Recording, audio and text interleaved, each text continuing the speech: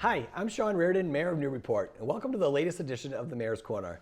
Happy New Year, everybody. This is my first Mayor's Corner in a few weeks, but I hope everyone had a wonderful holiday season here in Newburyport. We got a big 2025 year ahead of us. It's an election year, which is going to be interesting as well. So yeah, lots of things happening in the city. And again, I hope everyone got to enjoy some downtime over the holidays.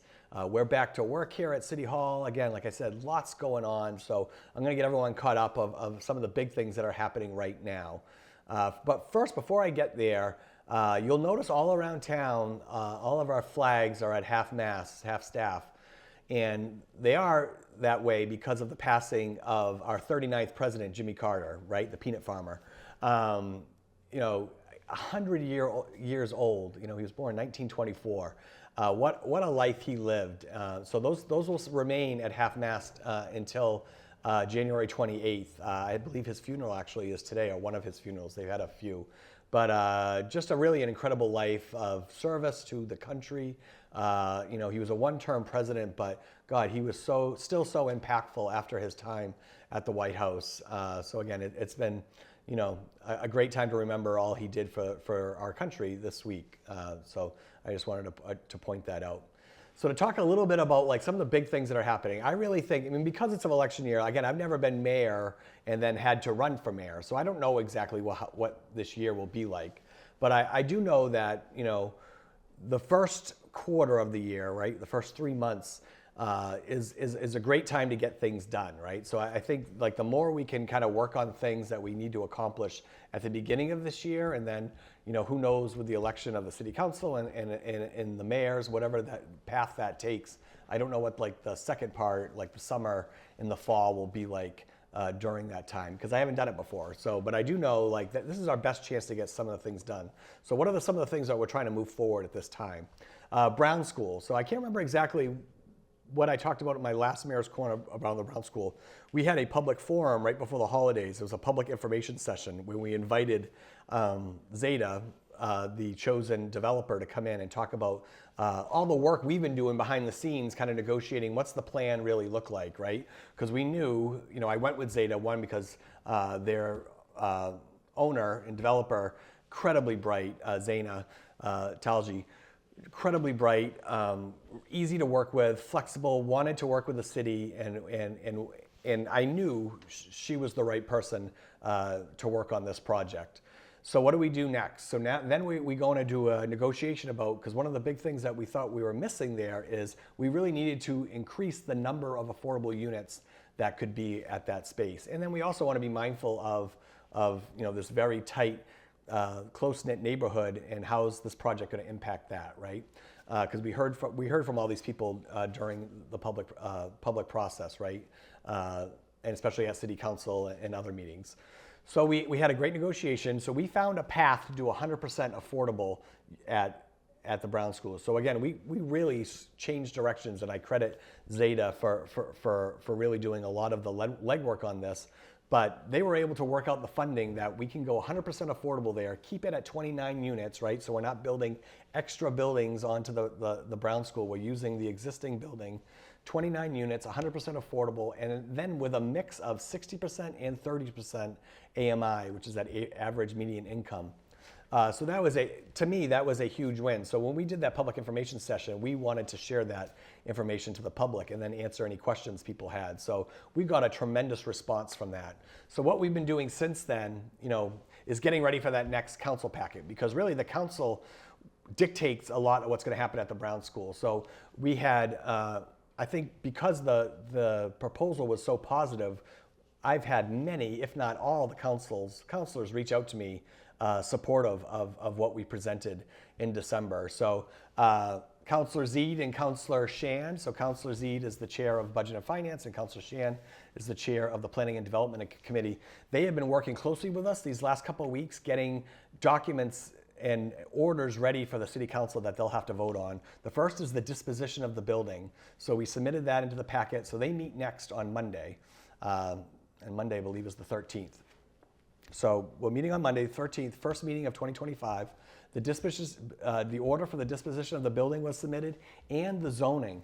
Now, what's great about the zoning is that we didn't change a whole lot from the current Brown School Overlay District.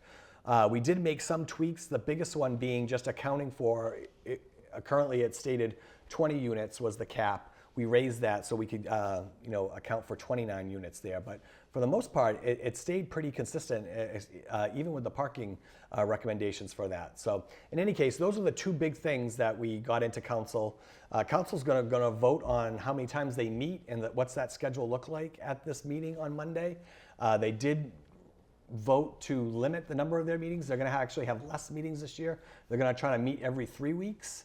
So we're going to see what that looks like, because some of them coincided with school committee meetings, so they went back to reconfigure it. So I guess after Monday, we'll know when their meetings are. And then it'll be really up to them and up to us to really be mindful of the schedules that things need to get through council, because we are going to be limited because there's going to be less meetings to get things through. But I'm excited to work with the council on this. Like I said, the kind of the spirit around the Brown School project is really high right now. People want to be involved with it. And like I said, I really appreciate Councilor Zeid and Councilor Shan jumping on board, because that's what we need. We need collaboration, we need cooperation to get these things to council and go through the process that it needs to go through to get approved. And also the next piece of that, so once we got those things in, those will get sent off to committee. And then also the developer will be attending the next Affordable Housing Trust meeting and talking about the plans there, because there will be an ask of $450,000 from the Affordable Housing Trust, which they have already earmarked in their, they already have that put aside for the Brown School. So it'll be kind of pitching the project to them, and then hopefully them deciding to vote in favor of it, and then we can put those funds to use for this project. So that's where we are with the Brown School. Extremely excited, really to start at a 29 unit with only 8 of them being affordable at 80% AMI, and then landing at a 29 unit project with 100% of them being affordable with a mix of 60% and 30% AMI is pretty great. So again, a credit to the city and my team here, and then also working directly with the developer to get to this outcome. So well done by all. What else is going on? The rec center, 59 Low Street. There were a couple articles in the paper over break. So we did go out to bid last Friday. So just to go through everything, we've completely gone through construction document phase, and now we've gone out to bid. So when we open those bids on February 14th, we will know as of right now what that project costs. There won't be any guessing games about design and things like that, because it's a completely built out project with construction documents. And so that price that we get back from developers will be the cost of the project. This is still my #1 priority, is to work with City Council to find a compromise on this project this year. Not only will it house our Recreation and Youth Services Department, it'll just be a valuable asset for years and years to come, right? What we're trying to do here is not just think about how this affects people right now, but how do we affect future generations here in Newburyport? And investing in our youth, investing in the health and wellness of our citizens of all ages that would get to use that building, that is something that I believe everyone can get behind. But there's going to be a cost involved, and I know that those have been the biggest question marks with this, is what's the cost? So we've got to construction document phase, we've gone out to bid, we'll know the cost February 14th. Then it's going to be up to my administration to work with the City Council on what's the compromise here. Is it a bond to pay for the whole amount if the price is right? It could be. Is it a mixture of public and private funds that we present to City Council? Is it a debt exclusion? I know some have suggested that. I'm certainly open to that. Do we go that way? So those are the things that will work out come February. And like I said, I don't want to overwhelm City Council too these first 3 months. So again, if we can work on the Brown School, get that project moving, move on to zoning issues and the rec center at 59 Low Street. Other things that could be coming our way, we're talking about Waterfront West, that could be coming. There'll be a big public piece to that. So all these things are coming down the pike this year. It could be, like I said, a really big year for the city. Just a couple other things real quick before I wrap up. The fire department just actually sent me an email today with their weekly report, but they attached their annual report as well. I'll talk about this at the City Council meeting, but over 4,000 calls this year for our fire department. And what's interesting is our emergency response calls were down by over 200. And then our medical calls were down by over 200, actually over 250. And what we did see this year is an increase in things like fires. So it was just interesting to see, again, a credit to our fire department and Chief Bradbury for all they do. But it was interesting getting that data. And like I said, how are we looking at the data and how are we using it to make decisions around our fire department moving forward? We had a press release this week around some of the training that we've been undergoing here at City Hall for diversity, equity, and inclusion. This really feeds right into our resident services piece, our customer service piece here in the city. How are we best serving the residents of Newburyport?